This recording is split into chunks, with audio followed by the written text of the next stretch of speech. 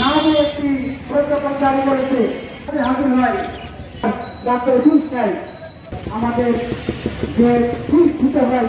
আমি বলতে চাই সালে আহমেদ স্যার ওদের অর্থ উপদেষ্টা ওয়াহিদুদ্দিন মাহমুদ স্যার আপনাদের টকশোগুলো আমরা আপনার ক্ষমতায় যাওয়ার আগে আমরা শুনেছি।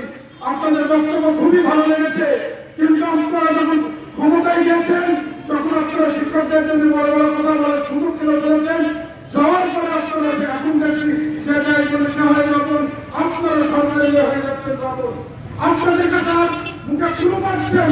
আপনারা আর শিক্ষকদের সেই কথা বলা দুর্দশার কথা বলা আপনাদের মুখ দিয়ে শুনতে পাচ্ছি না। বাংলাদেশের শিক্ষা ব্যবস্থার পরিবর্তন না করতে পারেন, আপনারা যতই উন্নয়নের গল্প শোনান, বিগত সরকারও শুনিয়েছে অনেক সময় উন্নয়নের গল্প, কিন্তু যখন শিক্ষকদের গল্প শোনাতে হয় তখন তাদের সকল ভান কি দুর্ভিক্ষ তখন স্বীকার করতে থাকেন।